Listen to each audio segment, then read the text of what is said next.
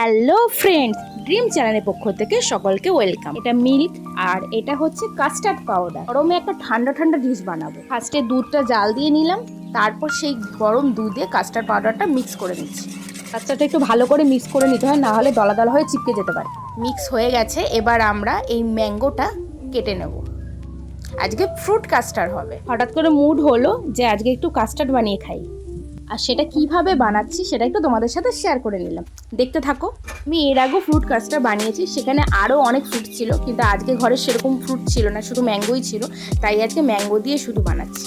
আশা করি তোমাদের সবার ভালো লাগে। কাণ্ড দেখো, ছুরি খুঁজে পাচ্ছিলাম না, আমরা কাঁটা চামচ দিয়ে ছুরির কাজ করে নিলাম। ম্যাঙ্গোটা কাটা হয়ে গেছে, এবার কাস্টার্ডটা ঠান্ডা হওয়ার জন্য অপেক্ষা করছিলাম। অলরেডি ঠান্ডা হয়ে জমে গেছে, দেখো হয়ে গেছে কমপ্লিট। আমি খুবই সিম্পল ভাবে বানিয়েছি, সুগার আর মিল্ক ছাড়া কিছুই দিন। তোমরা আরো উপকরণ চাইলে কনডেন্স মিল্ক এর সাথে অ্যাড করতে পারো, কাজু কিশমিশ যা যা ইচ্ছা অ্যাড করতে পারো, কিন্তু আমি খুব সিম্পল ভাবে করেছি। এবার ঢেলে নিচ্ছি। আসলে পাত্রটা থেকে ডাইরেক্ট ঢালা যাচ্ছিল না, তাই চামচ করে বারবার কেটে কেটে ঢালছিলাম। কাস্টার্ড করতে খুব একটা বেশি টাইম লাগেই না, যেহেতু এটা ফ্রুট কাস্টার্ড, তাই ওপরে ম্যাঙ্গোগুলো দিয়ে দিচ্ছি।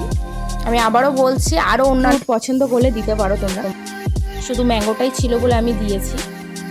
এবার এটা ফ্রিজে 4 থেকে 5 ঘন্টা রাখলেই এটা সেট হয়ে যাবে, তারপর আমরা এটা খেয়ে নিতে পারবো। বানানো কমপ্লিট, এবার ফ্রিজে এটা রেখে দেবো।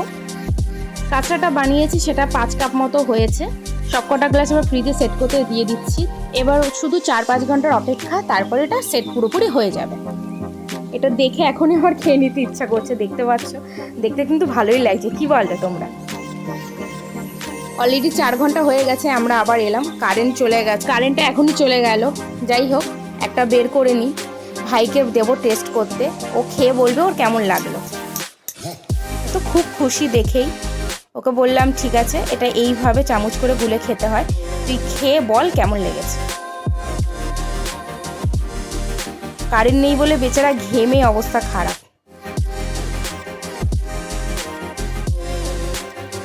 ওর ভালোই লেগেছে, ওর মুখে এক্সপ্রেশন দেখে বোঝাই যাচ্ছে।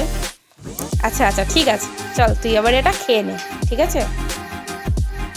এবার আমি আমার জন্য আরেক গ্লাস বের করে নিলাম। এবার আমি একটু টেস্ট করে দেখব আমার কীরকম লাগে। এর আগেও আমি বানিয়েছিলাম, ভালোই লেগেছিলো, তাই আরেকবার বানালাম। সেটা তখন তোমাদের সাথে শেয়ার করা হয়নি, তবে এটা তোমাদের সাথে শেয়ার করছি।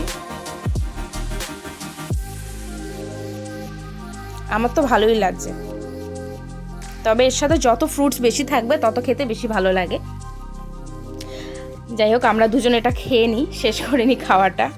আবার নতুন কোনো কিছু রেসিপি থাকলে অবশ্যই তোমাদের সাথে শেয়ার করব। তোমরা অবশ্যই জানিও তোমাদের কীরকম লেগেছে, আর তোমরা ঘরে অবশ্যই ট্রাই করো। যারা যারা বানাও তারা তো জানোই, যারা বানানোই তবে অবশ্যই ট্রাই করে দেখো। টাটা। লাইক, কমেন্ট ও শেয়ার, সাবস্ক্রাইব করো।